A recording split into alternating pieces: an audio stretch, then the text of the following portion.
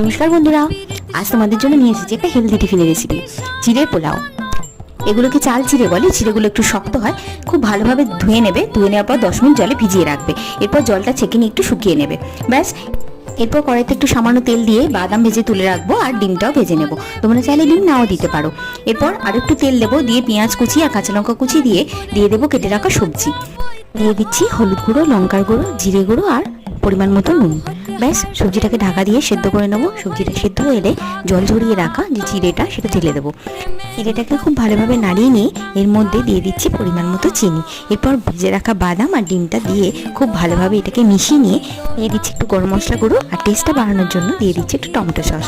ব্যাস, এরপর খুব ভালোভাবে মিশিয়ে নিয়েই তৈরি হয়ে যাবে চিড়ে পোলাও। শসা কুচি আর পেঁয়াজ কুচি দিয়ে পরিবেশন করো, খুব ভালো টেস্ট হয়। তোমরা একবার বাড়িতে অবশ্যই বানিয়ে দেখো। ভিডিওটা ভালো লাগলে শেয়ার করো, চ্যানেলটাকে অবশ্যই সাবস্ক্রাইব করে দিও। Thank you.